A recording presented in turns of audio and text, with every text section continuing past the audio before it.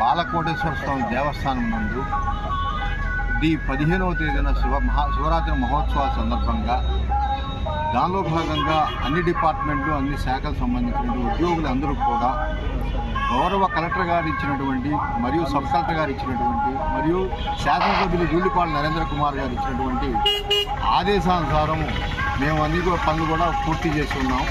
Temple దగ్గర దాదాపు 12 queue లైన్లు ఫ్రీ పెట్టాం, 400 రూపాయలకు సంబంధించిన క్యూలు పెట్టాం, ఒక విఐపి దర్శనం పెట్టాం.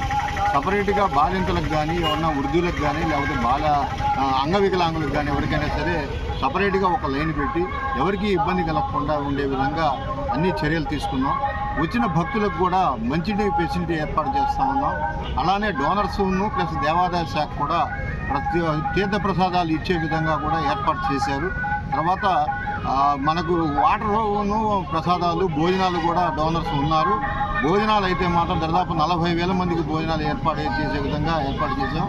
లడ్లు కూడా దాదాపు మనం 30 నుంచి 40,000 వరకు లడ్లు ప్రసాదాలు ఉచితంగా ఇచ్చే విధంగా ఏర్పాటు చేసాం. మనకి భోజనాల వసతులు కూడా 40,000 మందికి ఏర్పాటు చేసాం. ఎక్కడా కూడా ఏ యాత్రికుడు కూడా అసహనం గురి కాకుండా చక్కగా దర్శనం చేసుకునే విధంగా టెంపుల్ వారు కానీ ఇటు మిగతా రెవెన్యూ శాఖ కానీ పోలీస్ శాఖ కూడా పటిష్టమైనటువంటి భద్రతా ఏర్పాట్లన్నీ కూడా మేము చేసి ఉన్నాం.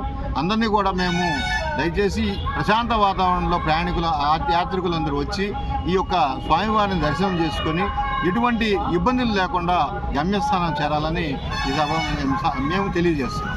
టెంపుల్కి 4 పక్కల అంటే టెంపుల్కి రోడ్డుకి అవతల పక్క ఏర్పాటు చేసాం. తర్వాత మన గుంటూరు నుంచి వచ్చేటువంటి మన ఈ ఒక నైజన్ల దగ్గర అక్కడ వచ్చేటప్పటికల్లా మేము పార్కింగ్ అక్కడ ఏర్పాటు చేసాం. తర్వాత వడ్లమూడి అడ్డ రోడ్డు దగ్గర నుంచి సంగందాణ దగ్గర వరకు బస్సులు వస్తాయి.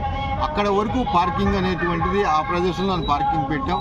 ఎక్కడా కూడా ఈ 4 వీలర్స్ రాకుండా పార్కింగ్కి 4 వీలర్స్ రావు.